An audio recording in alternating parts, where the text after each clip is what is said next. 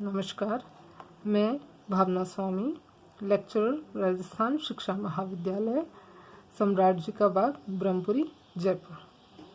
आज हम शिक्षा शास्त्री प्रथम वर्ष के द्वितीय अनिवार्य प्रश्न पत्र समसामयिक भारत एवं शिक्षा की इकाई 5 के शिक्षा का अधिकार अधिनियम 2009 के इस टॉपिक पर विस्तार से अध्ययन करेंगे। इससे पहले हमने स्वतंत्रता पूर्व काल की शैक्षिक नीतियों के बारे में अध्ययन किया है। शिक्षा का अधिकार अधिनियम 2009, जिसको कि हम आरटीई के नाम से भी जानते हैं, इसके तहत 6 से 14 वर्ष तक की आयु वर्ग के सभी बालक बालिकाओं को अनिवार्य एवं निःशुल्क शिक्षा की व्यवस्था की गई है। अगर स्वतंत्रता प्राप्ति के पश्चात ही जो शिक्षा है वो हमारे देश के संविधान निर्माताओं और आगे आने वाली सभी सरकारों के लिए एक महत्वपूर्ण विषय था। शिक्षा संविधान के अंतर्गत समवर्ती सूची का एक विषय है, जिस पर कि केंद्र और राज्य दोनों ही सरकारें कानून बना सकती हैं। अगर हम आरटीई के पूर्ववर्ती शैक्षिक कार्यक्रमों और नीतियों के बारे में बात करें तो 1948 में डॉक्टर राधाकृष्णन आयोग के गठन के साथ 1986 की राष्ट्रीय शिक्षा नीति सहित बहुत से ऐसे प्रयास किए गए हैं जिनके तहत शिक्षा के बारे में कई योजनाएं हमारे देश में बनाई और लागू की गई है। अगर शिक्षा के निःशुल्क और अनिवार्य अधिनियम 2009 की बात की जाए तो ये अपने सभी पूर्ववर्ती शैक्षिक कार्यक्रमों से भिन्न है, क्योंकि यह हमें शिक्षा एक सुविधा के रूप में न देकर एक संवैधानिक अधिकार के रूप में हमें शिक्षा प्रदान करता है। इसे एक संवैधानिक अधिकार के रूप में हम परिभाषित कर सकते हैं। इसे संविधान के मौलिक अधिकारों में अनुच्छेद 21 क के साथ 86वें संविधान संशोधन 2002 के साथ जोड़ा गया।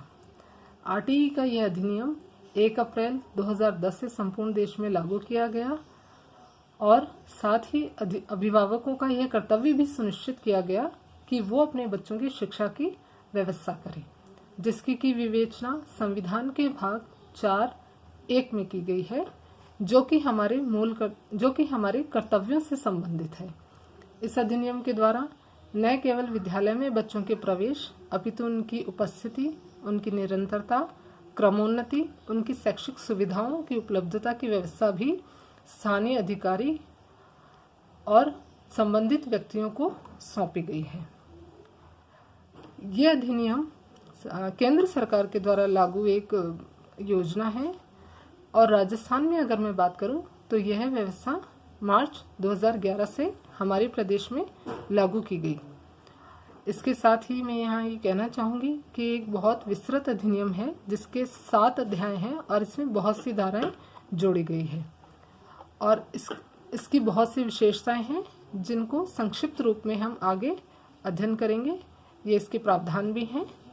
तो चलिए, इसकी पहली विशेषता, जिसके अंतर्गत 6 से 14 वर्ष तक के सभी बालक बालिकाओं को अपने आवास अथवा घर के पास ही किसी विद्यालय में प्रवेश प्राप्त करने का अधिकार होगा, जिसके तहत हम जो निजी विद्यालय हैं, प्राइवेट स्कूल्स हैं, वहाँ भी 25% जो बच्चे हैं उनका स्थान आरक्षित पाते हैं। यह व्यवस्था भी संविधान के इसी अधिनियम के द्वारा, इसी आरटीई के अधिकार के द्वारा की गई है।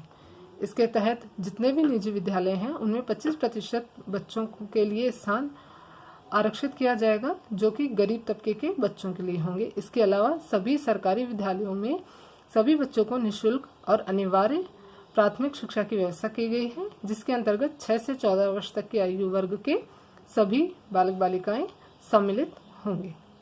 इसके अलावा यहाँ पे अनिवार्य और निःशुल्क शब्द जोड़े गए हैं, जिनका तात्पर्य भी मैं आपके साथ स्पष्ट करना चाहती हूँ। इसके तहत अनिवार्य शब्द से तात्पर्य है कि विद्यालय में प्रवेश, बालक की उपस्थिति और उसकी प्राथमिक शिक्षा को सुनिश्चित करने के लिए सरकार की बाध्यता है। इसके अलावा यहाँ पे निःशुल्क शब्द से तात्पर्य है कि कोई भी बच्चा अपनी प्रारंभिक शिक्षा जारी रखने और उसको पूरा करने के लिए किसी भी प्रकार की फीस या अन्य व्यय देने के लिए बाध्य नहीं किया जाएगा। इसके अलावा इसकी अन्य विशेषताओं में आयु के अनुसार कक्षा में प्रवेश। यदि कोई बच्चा किसी कारणवश अपनी पढ़ाई जारी नहीं रख पाया है या उसने अपनी पढ़ाई शुरू भी नहीं की है तो उसे उसकी आयु के अनुसार उसकी कक्षा में क्रमोन्नत करने की व्यवस्था भी इस अधिनियम के द्वारा की गई है। इसके अलावा यहाँ पे अभिभावकों के कर्तव्य, जिसके बारे में हम पहले ही चर्चा कर चुके हैं, जो कि अभिभावकों के कर्तव्यों के अंतर्गत लिखा भी गया है कि प्रत्येक संरक्षक अथवा अभिभावक का यह कर्तव्य होगा कि वह अपने बच्चों को शिक्षा की व्यवस्था उपलब्ध करवाएं। इसके अतिरिक्त राज्य सरकारों, स्थानीय प्राधिकारों, जितने भी अधिकारी हैं उनके बीच वित्तीय और अन्य किसी भी प्रकार की जो जिम्मेदारियां हैं जो कि बच्चों की शिक्षा से संबंधित होगी वो बांट दी गई है।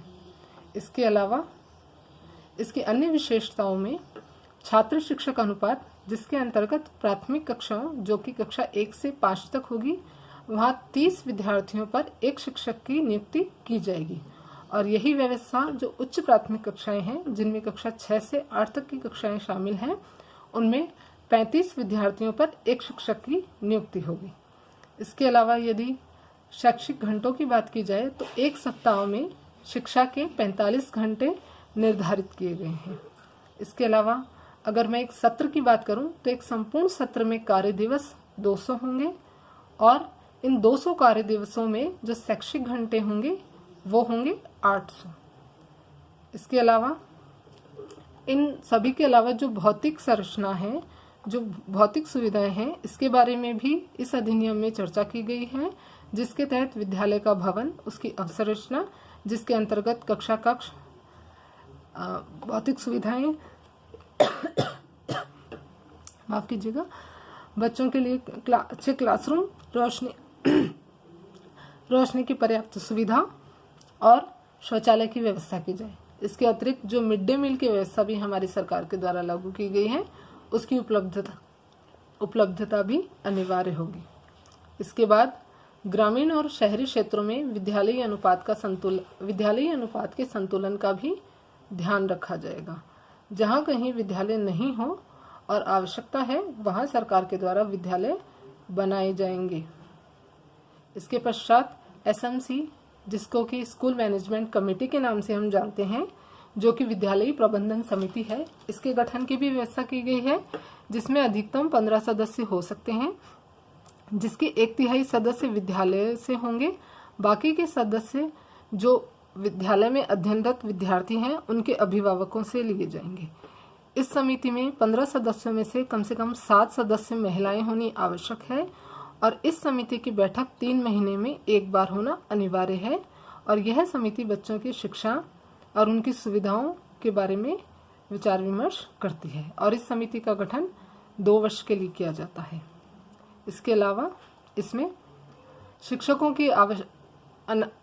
को इसमें अनावश्यक शैक्षिक कार्य से मुक्ति प्रदान की गई है, जिसके तहत केवल 10 वर्षीय जनगणना, स्थानीय प्राधिकरण, राज्य विधानसभा और संसद के लिए चुनाव तथा आपदा राहत कार्यों को छोड़कर अन्य किसी भी शैक्षणिक कार्यों के लिए अध्यापकों की तैनाती निषेध है। यानी कि इन कार्यों को छोड़ के अन्य किसी भी प्रकार के शैक्षिक कार्यों के लिए शिक्षकों की ड्यूटी नहीं लगाई जाएगी। इसके अलावा इसमें उपयुक्त रूप से प्रशिक्षित और योग्य शिक्षकों की नियुक्ति की जाती है, जो कि कार्य हमारी RPSC के द्वारा किया जाता है। इसके अलावा जो सेवारत शिक्षक हैं उनके लिए भी बहुत सारे शैक्षणिक कार्यक्रम बनाए जाते हैं और चलाए जाते हैं, जिससे कि वो अपनी शैक्षणिक जो उनकी कौशल हैं उसमें सुधार कर सके और अपनी शिक्षण का स्तर और उच्च उठा सके। इसके अलावा इसमें व्यवस्था की जाती है कि किसी भी जो भी विद्यार्थी हैं जो कक्षा के जो प्राथमिक विद्यालयों में जो बालक बालिकाएं हैं जो विद्यार्थी हैं उनमें शारीरिक दंड व मानसिक उत्पीड़न, बच्चों के प्रवेश के लिए अनुवीक्षण प्रक्रियाएं, प्रति व्यक्ति निजी शुल्क और अध्यापकों द्वारा निजी ट्यूशन तथा बिना मान्यता प्राप्त विद्यालयों को चलाना इस अधिनियम के तहत निषिद्ध होगा। इसके अलावा अंत में मैं बात करूं तो हमारे संविधान के प्रतिष्ठापित मूल्यों के अनुरूप ही इस अधिनियम के अंतर्गत ये व्यवस्था की गई है कि इसके द्वारा बालकों के समग्र विकास, उनके ज्ञानार्जन, संभाव्यता, प्रतिभा निखारने तथा उनसे मित्रवत व्यवहार तथा छात्र केंद्रित प्रविधियों के माध्यम से बालक में डर, चोट एवं चिंता से मुक्त बनाने के लिए सुनिश्चित व्यवस्था की जाएगी। धन्यवाद। मेरा ये जो शिक्षा का अधिकार अधिनियम 2009 था, इसकी विवेचना हम यहीं तक करेंगे और इसके बाद हम आगे के क्लासेस में सर्व शिक्षा अभियान SSA के बारे में अध्ययन करेंगे। नमस्कार।